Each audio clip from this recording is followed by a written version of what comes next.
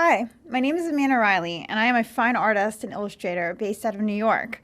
I am a self-taught painter that is known for my energetic style and subjects immersed in chaos. I speak from my own experiences within my work. My drawings and paintings depict the emotional strengths and shortcomings of humankind.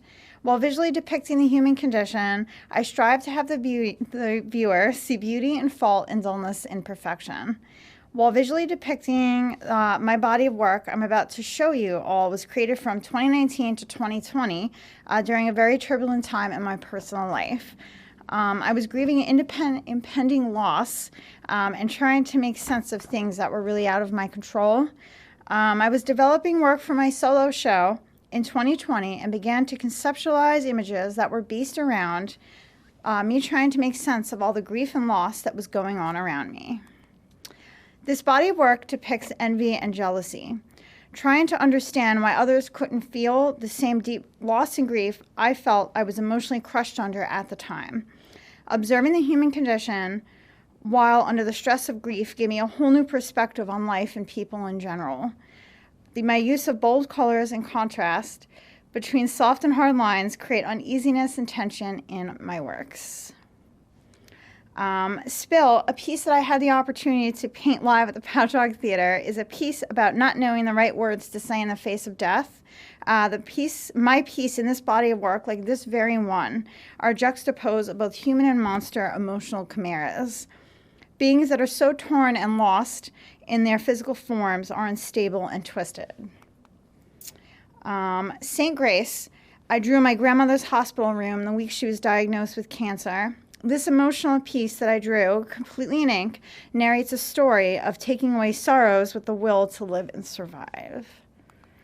Transference and Countertransference, a large ink and watercolor drawing in my series, illustrates anger, blame, and denial. And Wasp and Moth to the Flame, two pieces that are done entirely in ink, illustrates intrusive and selfish humans as larger-than-life pests.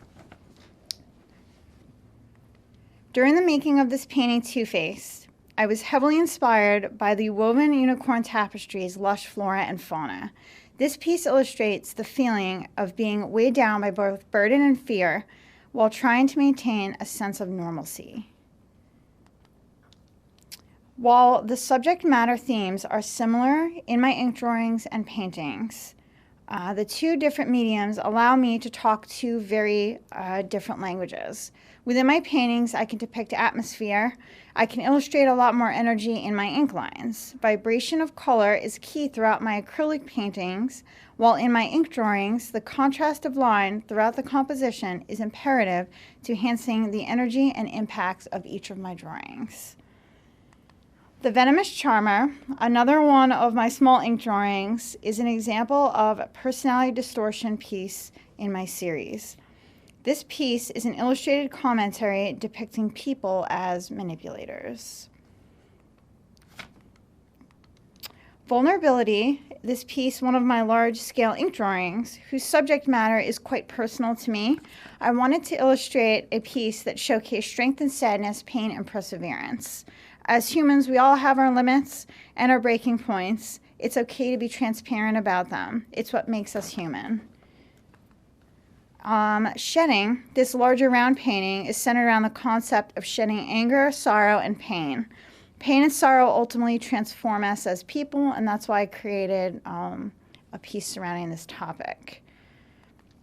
The Love Bug is an illustration depicting the double-edged sword of passion, love, and romance.